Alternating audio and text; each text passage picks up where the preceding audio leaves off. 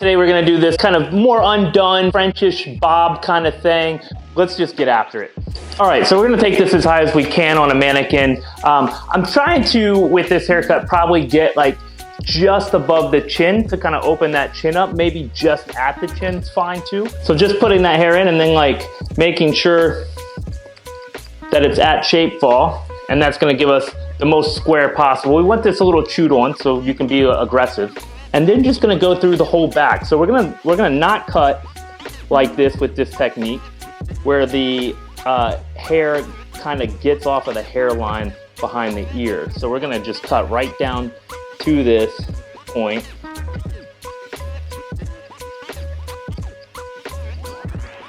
Making sure to stay square. So I'm gonna do a pass here. Just pushed in slightly to control that back corner of the nape. And keeping it as square as possible here. Just walking that through on the other side, pulling back slightly. And just putting in a very square shape. And then walking that forward. And you can hold the hair and kind of push it in a little bit and then walk forward, and that'll help get you that graduation on the back bottom in that nape area that gets a little gnarly. So once I'm done with it, I'll take a couple passes, just kind of making sure I get everything in there. I'm concentrating on that weight directly at the nape right now. And then I can elevate one time just to make sure I'm super loose in there. You can also come back and do that with a razor pass.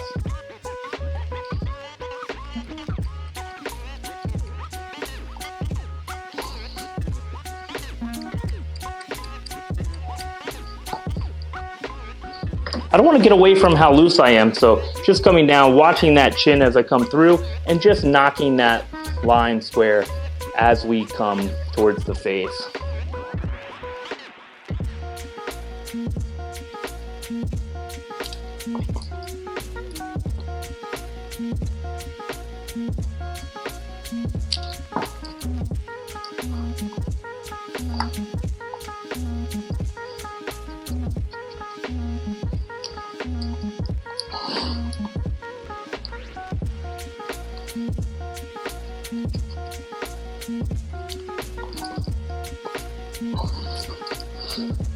All right, so just repeating that process on the other side. And so one of the things I would say here is when I was getting going, you know, I would follow these lines to the ends of times, never really even looking at what I was achieving. So now if I don't like something, I just stop and I redo it, right? But I know I'm trying to get to the chin here, so I want to be as aggressive as possible. But on this pass, if I don't get to the chin, I'll just go back in and shorten it until I get there. That is how it works.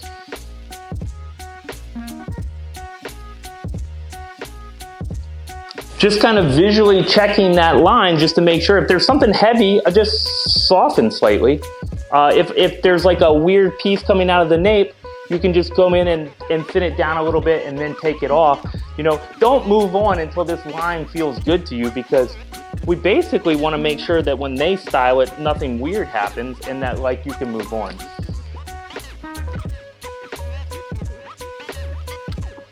The one length is done. I'm just gonna kind of put like a little piecey fringe in here. It's already feeling pretty good. I'm kind of liking the length. I'm gonna soften it slightly, especially in this very central part of the bang.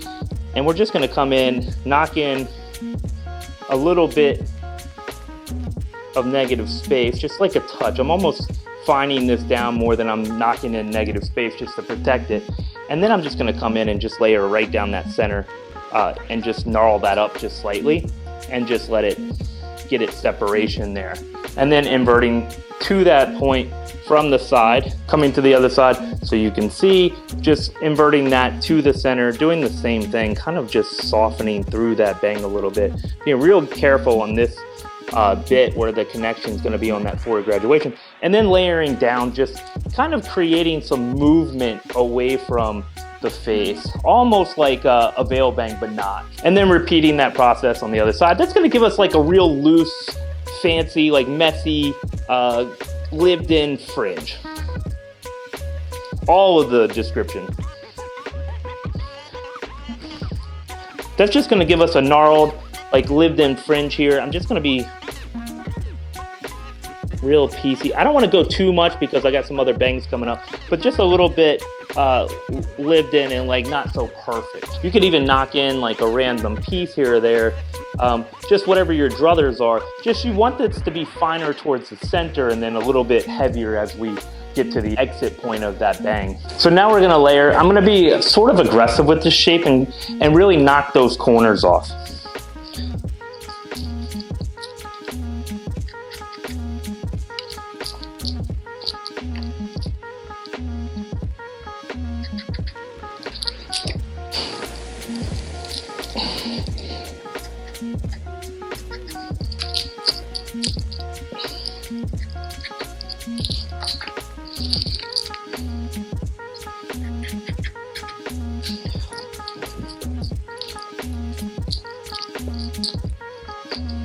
Just really loosening up that exterior. I'm trying to keep the weight through the middle.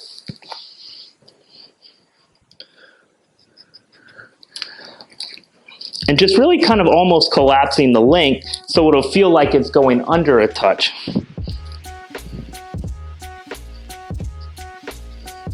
As I walk it vertically through to the front, I'm just going to be knocking off that corner as I come down.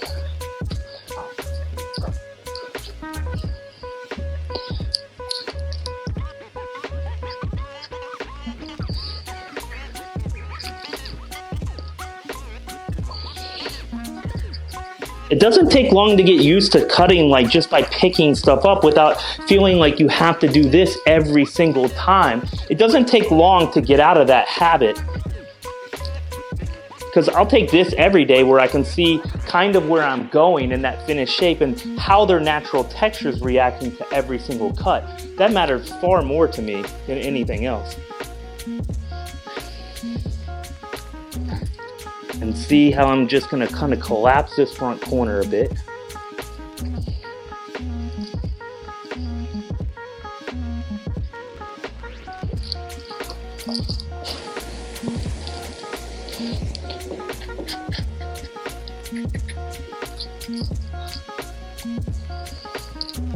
Same thing on the other side. Now you don't want to go too much, right? Because if you overdo this, you're going to go into a duckbill. So you're going to get indent and then that bottom's going to kick out into a duckbill. You only have to do that 1 or 2 times before you make the decision to never do that again.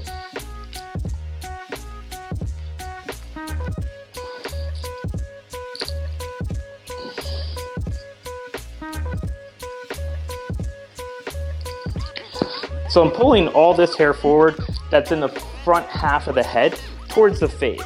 So that's what I'm looking at mostly. And then boom, coming up. And then just coming in and breaking in some negative space in there. And then just however short to long you want those bits. And you could do an inversion here, so you could go shorter in the center and then everything come to that if you want. That's your druthers. I'm just gonna put some like random stuff in, all coming towards the face. And it's gonna be probably just in that upper horseshoe area.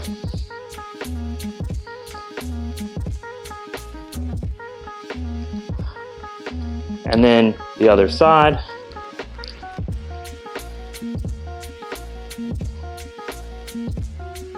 One more on this side, just to break that up. Get some volume there coming forward, some playfulness. Really protecting that front bang area for now. And then real loose, pulling that up. And you can see all that weight up in the crown area that I'm pulling up. So I'm just gonna knock that off, bring up the next section.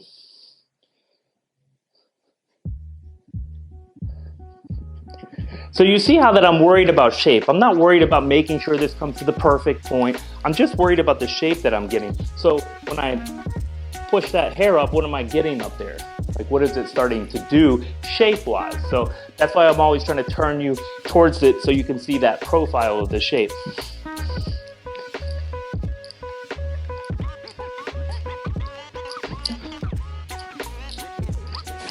Now you can start to see that weight line kind of build up in there. Yeah, from the sides.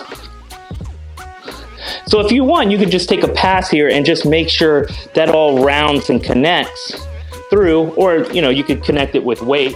You don't have to connect it with the exterior of the link. Meaning I could just come in and connect it like this, and then that'll give it a little bit of connection, and that will make it a little piecier. Or I could just make sure I do that pass just to connect surface and do the other thing. So either way works. And then one pass right here on the top of this corner. Just ever so slight. And then same thing on the other side.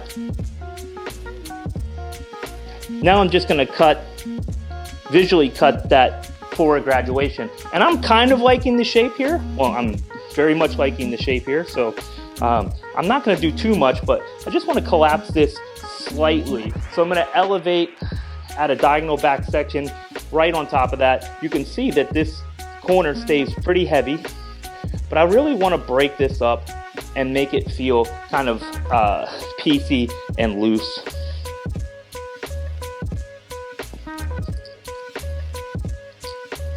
And just me taking the weight out of this is gonna make this feel a whole lot shorter. And then one more pass here. I'm not gonna touch the top of the layering pattern here. I'm just gonna make sure that this middle blends in to the exterior pass.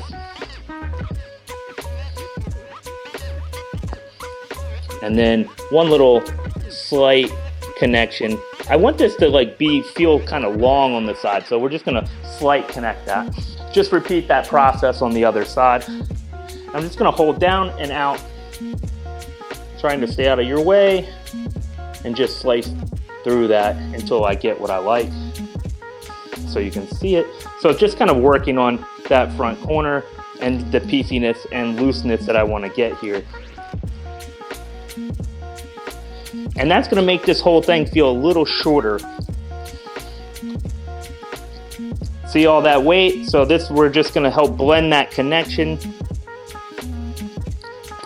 on top, and then I'm going to do one pass visually just to make sure that this connection connects nicely to that corner. All right, so we've kind of hand styled it, got a little bit of our texture in, a little bit of beach spray. Let's style it off.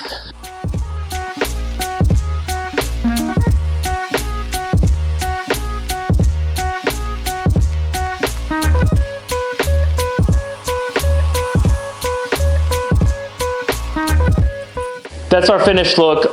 Really super soft, like chin length, real messy and shattered. You can leave it longer. You can do more disconnection in the interior. You have some options here. What I want you to take away from this is really controlling how that shape comes in towards the length instead of leaving that length heavy every single time. And then really kind of softening off of that corner just a touch. I didn't really take it off, but I softened it down so it gives a little more playfulness around the front. And then how we work those bangs, almost a veil, not a veil, still a little heavier, some little random pieces in there for texture. Hope you enjoy.